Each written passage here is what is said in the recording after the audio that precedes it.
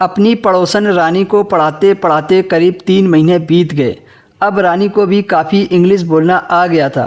उन 3 महीनों में राहुल ने रानी की थैली में बहुत बार झांकने की कोशिश की थी, पर एक लकीर के अलावा उसकी थैली से राहुल को कुछ नहीं दिखा था।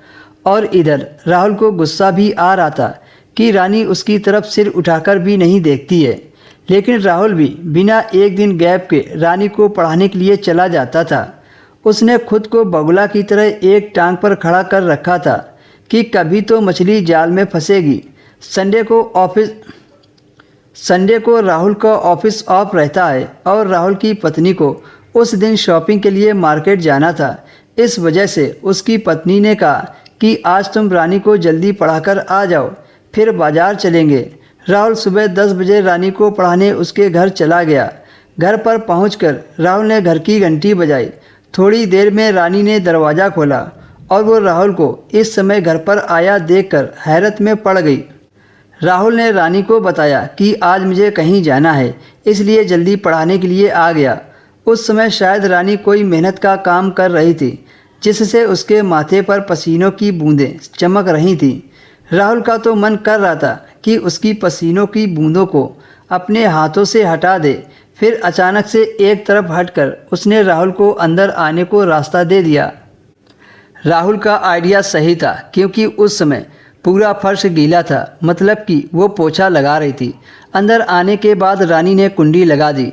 रानी ने राहुल से कहा कि आप स्टडी रूम में चलिए, मैं चाय लेकर आती हूँ। रानी ऐसा कहकर जैसे ही मुड़ी तो गीले फर्श पर एकदम से उसका पैर स्लिप हो गया।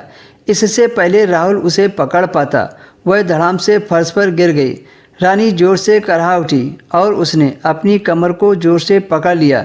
राहुल तुरंत उसके पास पहुंचा और रानी को उठने के लिए कहा। रानी दर्द से कराहते हुए बोली, मुझसे उठा नहीं जा रहा। राहुल ने धड़कते दिल से रानी का हाथ पकड़ा और उसे उठाने में उसकी मदद की, पर वो उठ नहीं पाई।